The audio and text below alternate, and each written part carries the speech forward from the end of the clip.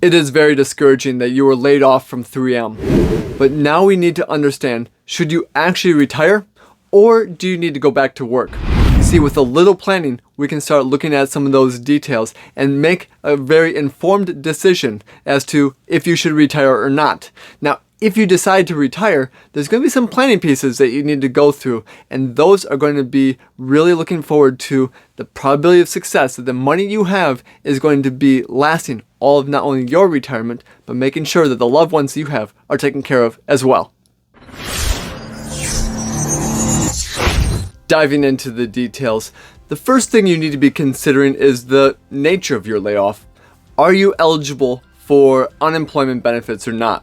So there's going to be a number of different ways that you can be discerning this. First of all, you can be talking to HR more to determine if you're eligible for a severance package or something that's going to get you by. Now, if that's the case, then most likely you will not be claiming unemployment benefits. And HR is going to walk you through this process, because what they're going to be talking about is the fact that if you take the severance package or you take the amount of money they may be giving you per your service, well then that would be a substitute for your unemployment benefits. So then you would not be eligible to be claiming that. So that's the first thing to understand. And if you are eligible for claiming unemployment, do so as quickly as possible, because we want to get this income started for you so that it's something that can be bridging a gap between where you're at today and maybe either potentially going back to work or figuring out if you want to retire. Now, that's what the unemployment benefits would do, but if you received a severance package, that would do the same thing. That would help bridge that gap. So there may be some benefits to that as well. So the first thing you need to do is be understanding where your benefits are and what you're eligible to receive. And if you have unemployment coming to you, make sure you start that process as soon as you can.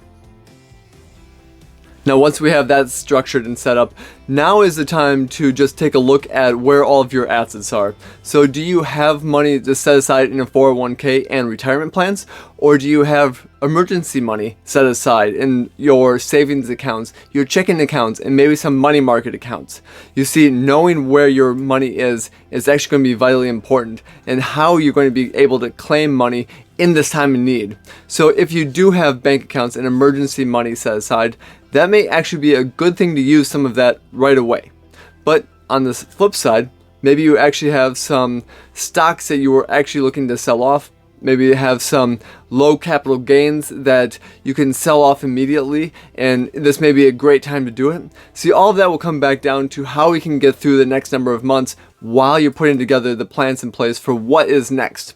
And what that's going to do then is say, again, how can you just get by in this period of time, allowing yourself the opportunity not only to grieve the loss of the job, but also to set yourself up correctly for what you want to do in the future, and not have to be subject to going on the whim and starting to take money from all the different accounts without a plan. So taking inventory of where you're at is going to be very helpful as well, and knowing where the cash is and knowing where to take the money from right now. So whether it's just some stocks and bonds that have very low capital gains, or whether it's even the cash that you have set aside in savings accounts, money market accounts, things like that, those would be very helpful right now. Next on the list would be to take an inventory of where your assets are. And what I mean by this is, if you're going to need to be pulling some money out of your accounts in order to just get by for the next few months until you have a plan in place, well, we need to know where those monies are. So is it just in your 401k, your retirement plans? Or do you have some emergency money set aside in your checking account, your savings account, maybe money market accounts that you have? Do you also have some stocks and bonds that may have some very low capital gains associated with them? Those are different aspects to be considering right now. And what you would like to do in this situation is just get by. So if we take a little bit out of the emergency savings, maybe take a little bit out of the stocks and bonds that have very low capital gains, so there's not really a taxation to it, what that's going to allow you to do then is put the plan in place as to where money is going to be coming from, not only today and tomorrow, but even if you decide to fully retire. Hey, this is Nathan Krampe, and I create these videos because you are likely very ambitious when it comes to your overall wealth plan. Now, I'm very sad to hear about your layoff, and with that, I know that that's going to potentially change your retirement. So when we talk about your probability of success, there's a lot of different ways that we can be looking at how to increase that, how to work with your wealth correctly, and that's what this channel is about. Do me a favor, like this video and subscribe to this channel so that you can be kept up to date on new information that's coming out and how you can best prepare for retirement. Well then, speaking of a plan, now is the time to review your overall wealth plan, because right now you can really start to look at should you retire or not, and it really comes back down to the numbers. So while we have been claiming unemployment, or while we have the severance package, you have a little bit of income coming in that gives you some breathing room. And if we have a little bit of money taken care of from your just basic needs from, say, your checking account and savings account, well, now we can start putting and finalizing the plan. Should you actually retire, or should you go back either working full-time or even part-time for the next couple years possibly to bridge the gaps until you decide you're ready to retire fully? So what we want to do here, when we take a look at your overall wealth plan, I would definitely suggest starting with should you retire now or not. So what this would look like then is putting a plan in place to say, all right, if I retired now, how much do I need for basic living expenses? Now, those are going to be a category in and of themselves. So whether it's just a mortgage plus utilities, whether you add in food, anything related to cell phone bills, car payments, things like that, those are going to be in your basic necessity and utility kind of a way for your expenses. Now, we can also be looking at the category for what you want for income as well. Now, this would be more for, say, the fun things that you want to do, whether it's travel, whether you want to be purchasing some new toys, little things like that. Well, that's what we can be setting aside for what we want our income to do. Now, there's two different categories. So when we take a look at our basic necessities, we want to see if that can be covered through Social Security and pension and some other guaranteed income streams that we have with that. Now, if that's the case, then most likely we're going to be talking about some very different scenarios for you as part of your overall planning for how you are going to go about retiring well. If you don't have enough guaranteed income that's going to be covering those basic living expenses, now that's a whole nother set of planning that you're going to need to go down. But like I said, the first element is to start with understanding if you can retire today or not.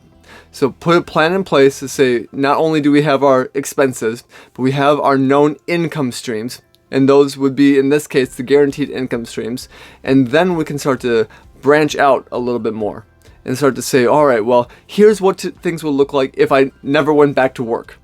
But now we can start putting different plans in place as well to say, well, what if I worked a couple more years, full-time maybe? Or what if I worked just part-time because I want to? Well, all of that's going to mean something different to your Social Security benefits, to your overall amount of savings, and to the just the earnings that you have coming in the door that are going to help to put money away for retirement in the future. Now, all of that is exactly what we want to do, but if it's not needed, if you have the ability to retire now, that's going to really come back to say, now we can start putting the plan in place to look at your income streams and start transitioning your assets into income. So having that plan is going to be vitally important, and that's one of the key elements to this time period, and making sure that we have the money just to get us by while we're planning is going to be helpful here as well. And speaking of income sources, let's take a moment to talk about your pension and your Social Security, because those are going to be big elements when it comes to the guaranteed income streams that you have in retirement. Well, let's start with the pension, because since this will be a guaranteed income stream that you have coming to you, and if you don't have a pension, obviously this section is going to be something that you don't need to plan for. But if you do have a pension, we want to be taking a look at how you should be claiming that pension. Well, first off, as the nature of your layoff, is the pension fully vested? Did they add some credits onto your pension so that you could be bridging the gap between when you would have been taking it, let's say age 65, and when you're taking it now or able to claim it earlier? So that's something to understand. If they gave you an extra little kicker onto your pension and increase that amount to show you what it would be like at age 65, but able to take it earlier, that may be very helpful to start claiming now. Well, the other elements to note then is your spouse. Does your spouse need to have some of this income as well? And what I mean by this is if something happened to you, is this income going to need to help protect your spouse and his or her income as well? So that's also something to be understanding, because the pension is such that you could actually claim it as a single life, meaning it's going for your life only, and if something happens to you, then it goes away. But you could also claim it for a joint life between you and your spouse. And if that's the case, depending on how you take it, the money will be there for you, and also there will be some money set aside for your spouse in the event of your passing. Now this will be guaranteed depending on how you take it. You do have what's called period certains, which go for a period of time, or you have a lifetime benefit as well. But this all comes back down to the planning, because we don't want to have your spouse being in the dark if something ever happened to you just because we took a single life pension. So I definitely say look into the pension and really take stock of not only should it be for your life, but should you have it for your spouse's life, and did you get an extra benefit as part of your overall layoff? So that's going to be some of the planning that we need to go to and go through for your pension. But we can do the same thing for your Social Security, because really speaking, it may be that taking it now, say earlier, whether it's age 62, 63, 64, that may or may not be that helpful for you. And what I mean by this is we have a couple of different elements we want to do with Social Security. We want to maximize how much you're receiving in benefits, but we also want to minimize how much you're taking and claiming from your overall wealth plan and all of the assets that you have accumulated through the years. Well, that comes back down to health history, your medical records, your longevity, let's say in the family, your spouse as well, their age. Do you have minor children in the house? All of that's going to be taken into account here. And again, we want to know where your break-even points are, because if your break-even point, and I'm just throwing out a number here, if your break-even point is age 75, what that means is before age 75, it would actually be better for you to have claimed your benefits earlier. So let's say at age 62, because then what we'll do is it'll give you more benefits up until the age 75. Now, if you pass away before that, then you have claimed more in benefits from Social Security than if you had waited. However, let's say, again, using that 75 as our number, if you made it past your 75th birthday, then it would be such that waiting to claim your benefits, let's say to your full retirement age, or even up to age 70, would have actually been better off, because you will claim more in benefits every day past your 75th birthday than if you had claimed them earlier. So that is really something to know. And this can mean hundreds of thousands of dollars of difference between you and your spouse over your retirement period. So this is not something to take lightly. I would definitely say do the work here. So as part of your overall planning, do the work to understand when you should be taking your Social Security. Should you claim early, or should you postpone it and claim later? Now that's all going to come back down to, again, how your retirement is going to look. So this is all something that you're going to need to be doing most likely in the first couple months of your layoff. So just understand that. And if you need help, obviously we will be here for you to provide some assistance with some of the Social Security calculations for you and the pension and some of the other aspects. So give us an email, info@lionswealth.com, and we'd be very happy to run the calculations for you without any charge. Alright, now that you have your plan in place and really the understanding if you should retire or not, now we can start looking at the other elements too. So we've already talked about the pension and Social Security. Well, another key element in this period of time before Medicare age is understanding your health benefits. Now, as part of your layoff, did you receive part of, let's say, a retiree medical package, or something that would bridge the gap between where you're at today and getting you up to Medicare. Well, that's going to also be something to know, because if you have those benefits coming to you, that's going to help pay for whether it's COBRA or whether it is part of your original plan that you were on, and continuing that for a number of years is also going to be vitally helpful, because this may be a great plan that you want to keep and stay on, and having the ability to do that is something that you need to be aware of. So again, this is where HR comes in, because they can talk about how these benefits work, if you're eligible to keep on the plan, if you have to pay anything for the plan. You see, that may be something that is part of your layoff package. Maybe you received a severance in the form of helping with your medical costs. Well, that may be a great thing to, again, bridge those gaps between now and Medicare. But let's say you don't have a package deal that includes health insurance, and we're now needing to go onto the open market. Well, first know that COBRA is a good alternative, at least to help with this period of time. So if we need to continue having health insurance while we're trying to find new insurance, COBRA will be there for you. Now, this is again something that you need to sign up for right away, because what this is going to do is provide from the day that you were laid off up to, well, today, and for the next 18 months. Now, this is something that is going to be costly, because you're going to be paying for the entirety of that plan every single month out of pocket.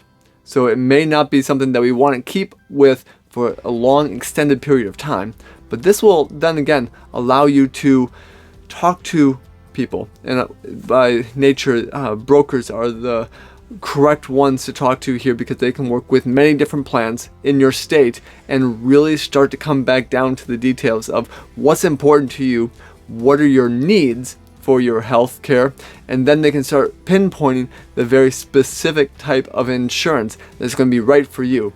And this can also include your drug coverage as well. So if you are young and under the age of Medicare, so 65, then we're going to be talking about just a regular health insurance policy. Now, if you're 65 and older, well, now we're going to be switching gears, and we're really going to be starting to talk about what's going to be more pertinent for you with respect to Medicare. And your things are a little more limited on how we're going to be talking about that, but a broker can really help you, especially with Part C, and looking at what the benefits are going to be and how they're going to be helpful for you going forward. So again, take this time.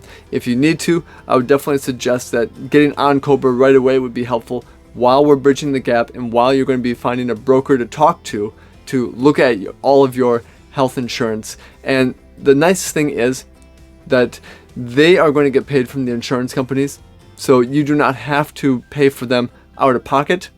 And that's going to be very helpful, because now we can really start to say that they have your interest at heart, and no matter which one we go into of the policies, they know that you are going to be taken care of, and that you have the best possible health insurance for what you're looking for. Well, let's continue on and look at more of the wealth that you have as part of work, because you may be having things outside of your 401k. So what I'm talking about here would be your stock options that you have available. Do you have restricted stock units that are there as well? Or do you have bonuses that are going to be paid out? Do you have, again, that severance package that you may be receiving? See, all of those are going to be income streams that are going to be coming in.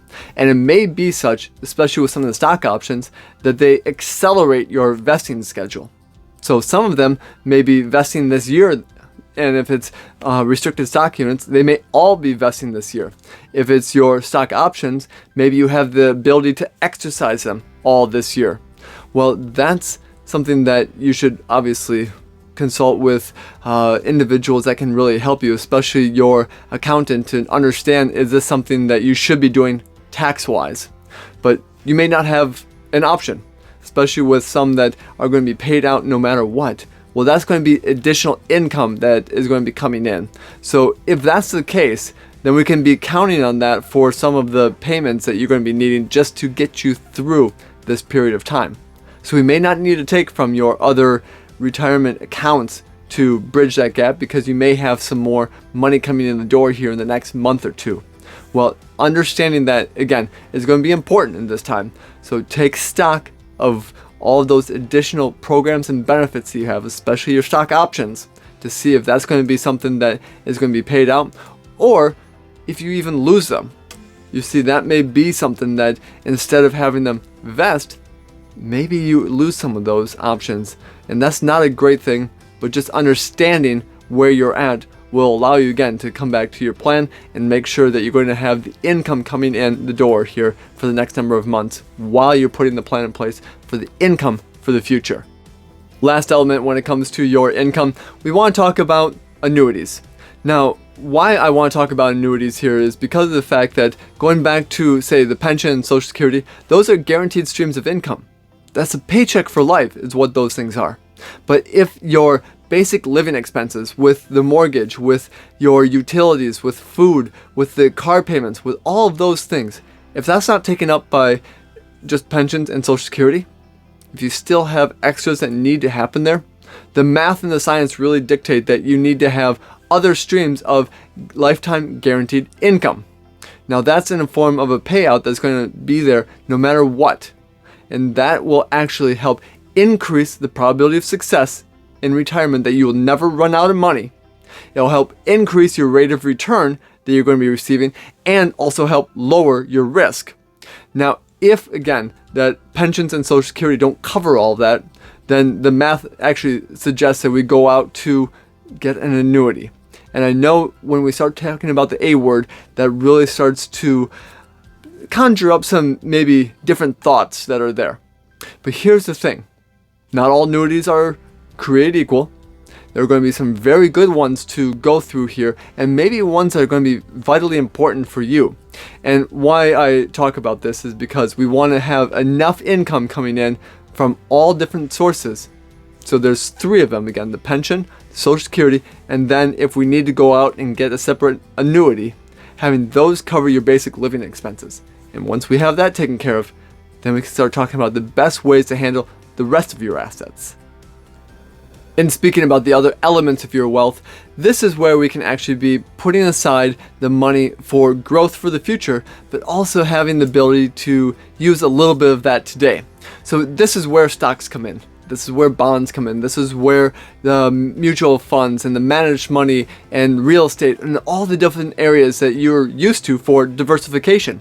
So again, once we have all of those guaranteed lifetime incomes taken care of for the expenses that you have, now we can be looking at how to grow the money, how to keep up with inflation with it, how to have the best return with the least amount of risk. Well, that's definitely something that you should be looking at many different areas. Now, first thing you can do is know that you can keep it as part of your 401k at your old company. Well, maybe that's going to be vitally important to you, and maybe that's going to be vitally helpful for you. You see, a lot of times they have low fees attached to them. They have some great investment ideas for you to be invested into, and that may be very helpful. Now, with that, we also want to be understanding that there's ways you can take money out of these accounts that you may not be able to as part of your IRA account. So just know where you want to be holding the money as well, and what your needs and uses for it are. Now, if it comes back down to just the investment side of things, there may be other and better ways to be invested than just your 401k. And again, this comes back down to what is in the investments in your 401k and how helpful they're going to be for the future. Now, if you need other elements, so whether we need to add in some real estate that's not part of your 401k, whether we need to add in some ways to have some income coming in the door that may not be part of a mutual fund. Well, those are some things that we can start saying, well, maybe we need to be transferring the account to an IRA account. This is something that you manage. This is something that we can be going into many different elements of investments. And if we do this correctly, you may actually come out better and ahead. But it really comes back down to knowing and understanding, should you keep it as part of your 401k, because there may be some really good ways that we have low fees and the ability to withdraw money out of there in a way that you may not be able to as part of the IRA account. So those are all elements to consider at this point in time as well. And again, it comes back down to the planning. So what we talked about earlier, if you have a little bit of money from the emergency funds that are going to help get you by in this period of time, that allows you and affords you the opportunities to spend a little more time to working on should you keep it as part of your 401k or should you be working to transition it to another account. Well, ultimately, your success of your retirement is going to come back down to the planning that you do today. And what I always talk about here is how can we have the highest probability of success today? And if we look at the future in the different scenario planning that we can be doing, what's the best way then for you to have the highest probability of success today? But are there ways that we can start increasing your probability of success? You see, the higher the probability of success, the more likely you are that no matter what, you're going to have the money set aside for today, tomorrow, and in the future, and possibly even leaving a legacy. Now again, this is a probability, so there always are things that are going to happen, whether we go through a very horrific next number of years, the first years of your retirement, well, things are going to look a lot different than if we have great growth that's happening with your accounts in those first number of years. That's called the sequence of return risk. But there's going to be other elements of the risk that we need to take off the table, and namely longevity. So how we plan for longevity in this period of time is going to come back down to your probability of success. But what we can look at here is different scenarios that we can be taking a look at, and again, understanding of where you're at today and where you want to go in the future. And then we help to bridge those gaps with what I call advanced planning. Now this takes into account wealth enhancement. So how do we grow the money and have tax mitigation a part of it here? So how can we keep taxes as low as possible? We go through again wealth transfer. So making sure your money's going to the intended people at the intended time with the least amount of tax impact. Then we go down to charitable giving. Well, that's going to be making sure that if it's important to you, that we have money set aside for charity. And then the last element is wealth protection, making sure your money's not unjustly taken. Well, if we wrap all of those together into some of the advanced planning, we have the income streams, we have the probability of success that your money is going to be there for you when you need it to be, and we have the advanced planning to say that those other elements are taken care of as part of your gaps that we're starting to close. That ultimately is going to show how well of a retirement you can have and how likely it is that you're going to be able to leave a legacy. Now, with that, I've said it before, but as you would like help with this, click the link below because I would be more than willing to meet with you, talk through this, whether it's virtually as part of a Zoom meeting or whether it's a one-on-one in-person meeting. We can talk through, put together that probability of success, and really work through should you stay retired or should you be looking for another maybe even 1 to 2 years worth of work during this period of time. But I know it's hard. I know that layoffs are never fun, but I also know that this could be a very good thing for you with just a little planning. Because you've made it this far, I want to celebrate you. See, I know this is a very hard time for you as part of the layoff, and what I want to offer you is a special one-on-one consultation to talk through what the layoff means, to talk through if you have the ability to retire, and what the future will look like given some of the probability of success that we're going through and the wealth that you have. So with that, click the link below and we'll set up a one-on-one consultation where we'll be going through the details of your layoff and if you are able to retire. Now this is going to be a special one-on-one consultation that is complimentary just for watching this video. So again, click the link below and I look forward to seeing you soon. For more tips and tricks on how you can be looking to improve your overall wealth plan, click this video right here.